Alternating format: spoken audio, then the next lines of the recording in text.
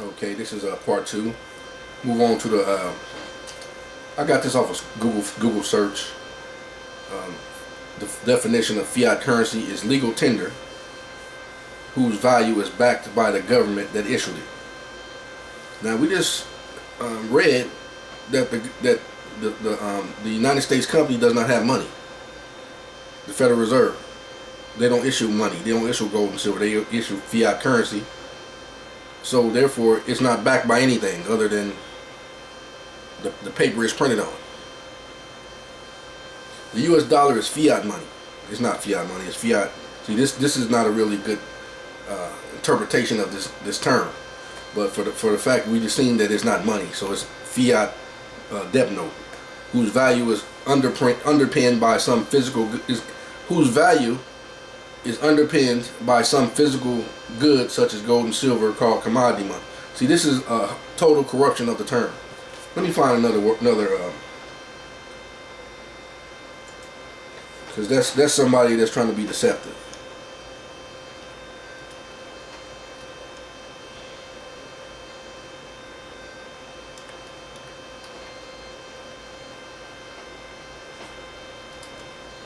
Okay, I'll get back to that second time. And also, let's go back here.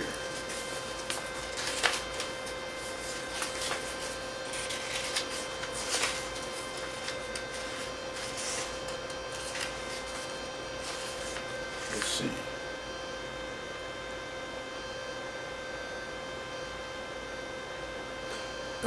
The bank background 1933, the bankruptcy of the United States. Go back over it. 1933 was a year of major events in America. During this year, constitutional money, gold, became outlawed, and effectively all property in America became mortgaged and held in a trust. Well, let's look up the word mortgaged. Okay, first of all, what is a dead pledge? A mortgage, mortem vatum. So basically, a mortgage is a dead pledge. What is a mortem vatum? A dead pledge, a mortgage, QV, a pledge where the profits, mortis 79.5 movable, or rents of the thing pledged are not applied to the payment of the debt. So a mortgage is not applied to a debt. You're just giving them a gift of your fiat. Once again, this is just information that you can look up. This is etymology. Let me see. I believe this is the etymology dictionary that I received this from. No, my mistake. This is the Black Laws Dictionary, second edition online. You can get that off online. So once again, what is a mortgage? What is a dead pledge? A mortgage, mortis vatum. What is a mortem vatum? A dead pledge, a mortgage, a pledge where the profits, mortis 79.5 movable, or rents of the thing pledged are not applied to the payment of the debt. Because you cannot pay for anything except for gold or silver coin. Fiat does not pay for anything. Fiat basically causes inflation because it's a debt trying to pay a debt. Can't pay a debt with a debt. What is a holder in bad faith? A party that gets an instrument with the knowledge that it is not properly negotiated refers to a holder in good faith. Refer to holder in good faith for the example against that. Okay. See, and it says a holder in bad faith, a party that gets an instrument with knowledge that it is not properly negotiated. See, that is why, like the lady said, did you stamp that? Like I showed you before, I stamped that. And see that name, that given name Anthony, that is the actual vessel in which is used, that I'm able to use as a vessel to go into commerce with. You're looking at the real, the de jure man, who I choose to be recognized as Negus Elagaya Kadesh. Now in commerce, that name Anthony, that's the name that I use to go into commerce with to discharge this debt obligation in good faith, because I know that this is a debt note. So if I go and try to spend this fiat note with the knowledge that it is fiat, not money, then I'm a holder in bad faith. A party that gets an instrument with knowledge that it is not properly negotiated. So, in order to come out of bad faith and get into good faith, that's why I use. Okay, here's the Black's Law Dictionary, second edition, gives a better example of what is fiat currency. Currency by official order whose value is based on the authority's ability to pay. All currency is fiat currency. That's a debt note. This is a debt note. That is why, because I know that this is a debt note, I want to get out of the bad faith. Because what is holder in bad faith? A party that gets an instrument with knowledge that it is not properly negotiated. So, in order, my good faith intent is to properly negotiate this debt note. That's why this is a debt note, and the debt is the debt of the U.S. United States. This their debt. So when I use this note, because like I said, when I retired, and I asked them, the Sarah, I said, I don't want nothing that's not mine. They said, no, you earned it, it's yours. So since it's mine, and since I can do anything I want with this fiat currency because it's mine. When they give it to me, when they send it to me, it's mine. So as it being mine, which is really their note, I go ahead and properly negotiate it. I say, okay, well, since you want me to use this, I'm giving you authorization to discharge this debt obligation, your debt obligation when I use this, and I'm not going to be responsible for this debt. I'm going to go ahead and allow you to discharge this debt. So that's actually what a good American would do. Being an American and being a Californian in my proper capacity, I'm doing everything I can in good faith to discharge that debt obligation against the United States. So actually, I'm not just me, but all those who are doing things of this nature. We're actually doing our part. We're actually what they would call a good American.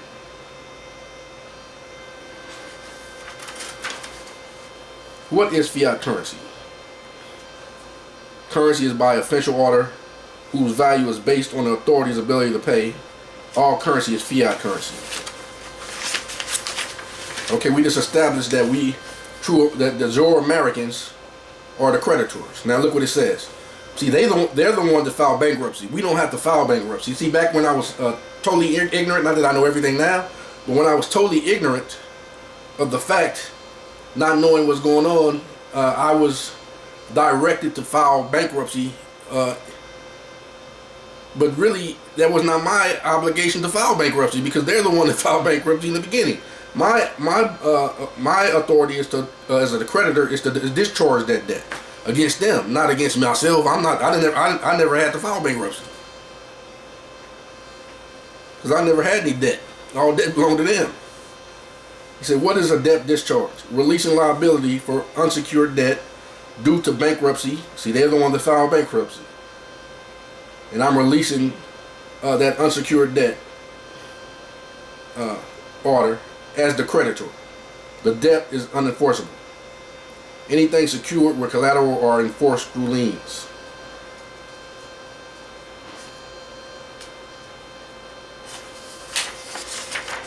Then I went to Matthew 6 and 12. This is actually in Wikipedia. Matthew 6 and 12 is the 12th verse of the 6th chapter of the Gospel of Matthew in the New Testament, and it is part of the Sermon on the Mount. This verse is the fourth one from Yahusha prayer, one of the best known parts of the entire New Testament. This verse contains the fifth petition to Yah. In the King James Version of the Bible, the text reads, "And forgive us our debts, as we forgive our debtors." The World English Bible translates the passage as, "Forgive us our debts, as we also forgive our debtors." For a collection of other verses, see, and going on, the Greek word here translated as debts literally meant financial debts owed to another. However, the Aramaic word for debts could also mean sins or error. In the Gospel of Luke, the very similar prayer has the more metaphorical word, and thus generally accepted thus verse is talking about sins rather than loans. See, but I'm going to show you that he meant I believe he meant debt as far as money. By the next verse.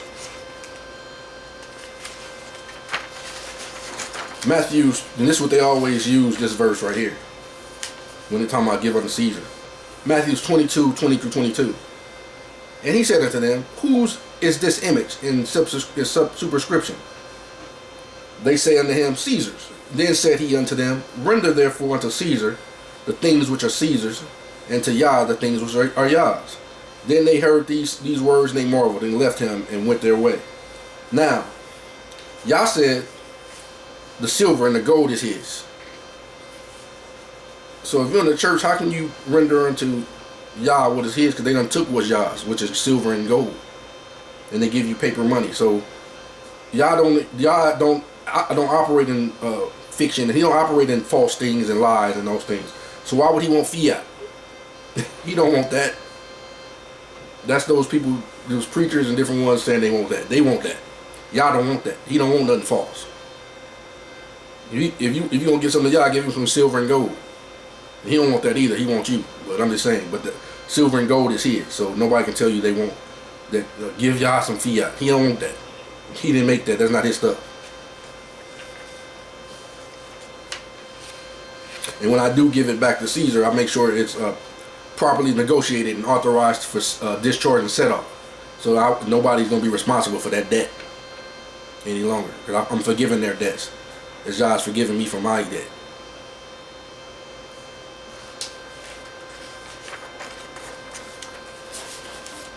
So then I came to another thought.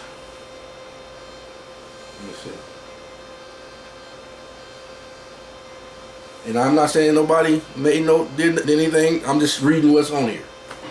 This is actually Black Law's Dictionary 10th edition. Bankruptcy fraud. A fraudulent act connected to a bankruptcy case, especially any of the several prescribed acts performed knowingly and fraudulently in a bankruptcy case, such as concealing assets or destroying, withholding, or falsifying documents in an effort to defeat bankruptcy.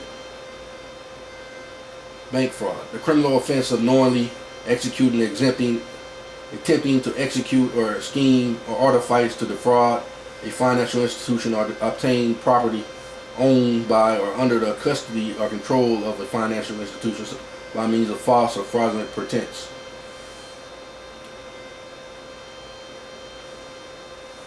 So basically, the fact that they took gold and silver and gave you fiat currency, which is fraudulent money, that they call money. That's when you use it as money, it's fraudulent, because it's not money. It's actually basically the same as the money that the fiat or the paper that they use when they play the game Monopoly. It's the same value, just different size, different colors, and nothing on the back of the Monopoly game money. So it's basically the same thing. So therefore, because we have no option other than to use fiat, because that's what they give us, that's why I negotiate that instrument properly by authorizing them in good faith to discharge and set off the debt obligation in the United States. So that right there makes me actually a friend, not an enemy. Because anybody would want you to discharge their debt, and I'm authorizing them to do that. So, you know what I mean? So if anything, anybody that would ever say I'm an enemy of the state, they lying. Because I'm showing you proof right there. I'm more of a friend than most. I don't hang out with them, but what I'm saying is, when I use that fiat currency, I discharge it, set it off. Now it's free. Nobody is obligated for that anymore. It's discharged. It's set off. So I don't know why anybody would fight me to not let me do that. Although they can't stop me, but I'm saying what I mean, let me fight against me for doing that. That's stopping inflation and all kind of things. So, so I'm just letting you know my good faith intent is to discharge the debt. And you've seen that a mortgage is something that's not even paid towards any debt. So when you give the fiat, that's when I gave the fiat ignorantly, that's why I stopped it. and allowed them to discharge that debt associated with it. Now, I've done other things, you know, that in good faith that help that situation, but for the most part, like I said, you know, that's not my debt. All right, so basically look for yourself. And shalom.